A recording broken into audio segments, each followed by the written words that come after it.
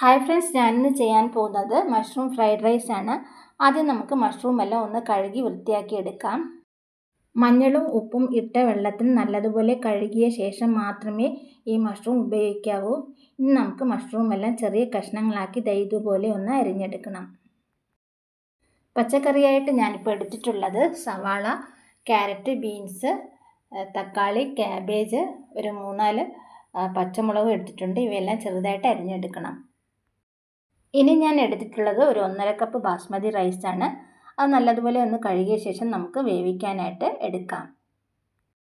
അരിയെല്ലാം ഞാനിപ്പോൾ വേവിക്കാൻ വെച്ചിട്ടുണ്ട്.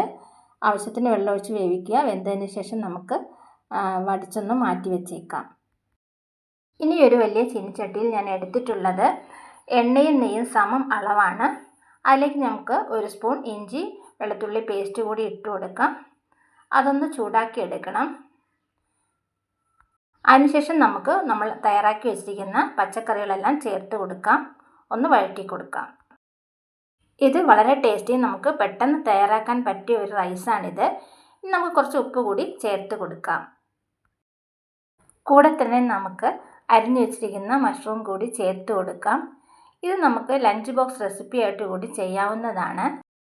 എല്ലാം കൂടെ നന്നായിട്ടൊന്ന് വഴറ്റുക. ഇത് ഞാൻ ചേർത്ത് കൊടുക്കുന്നത് കുറച്ച് സീസണിങ് പൗഡറാണ്. ഒരു ടേസ്റ്റിന് വേണ്ടി ചേർക്കുന്നതേ ഉള്ളൂ. നിങ്ങളുടെ കയ്യിൽ ഇല്ലെങ്കിൽ അത് ചേർക്കേണ്ട ആവശ്യമൊന്നുമില്ല. ഇനി കുറച്ച് ഗരം മസാലയും കാശ്മീരി ചില്ലി പൗഡറും ചേർത്ത് കൊടുക്കാം. അതുപോലെ ഉപ്പെല്ലാം കറക്റ്റാണോ എന്നൊന്ന് ചെക്ക് ചെയ്തോണം. ഇനി നമുക്കൊന്ന് വഴറ്റി കൊടുക്കാം. ഇനി നമുക്ക് 2 നുള്ള അളവിൽ പഞ്ചസാര ചേർത്ത് കൊടുക്കാം. വീണ്ടും ഒന്ന് നന്നായിട്ട് വഴറ്റി കൊടുക്കുക.